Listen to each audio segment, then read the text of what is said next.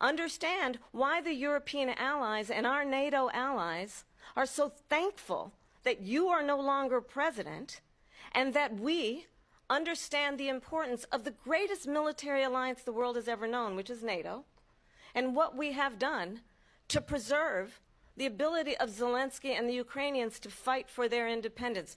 Otherwise, Putin would be sitting in Kyiv with his eyes on the rest of Europe, starting with Poland. And why don't you tell the 800,000 Polish Americans right here in Pennsylvania how quickly you would give up for the sake of favor and what you think is a friendship with what is known to be a dictator who would eat you for lunch.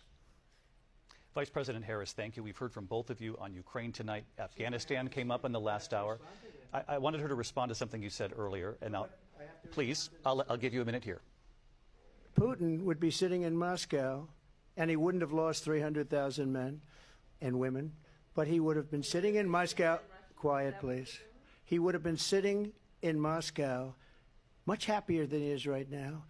But eventually, you know, he's got a thing that other people don't have. He's got nuclear weapons. They don't ever talk about that. He's got nuclear weapons. Nobody ever thinks about that. And eventually, maybe he'll use them, and maybe he hasn't been that threatening, but he does have that. Something we don't even like to talk about. Nobody likes to talk about it. But just so you understand, they sent her to negotiate peace before this war started.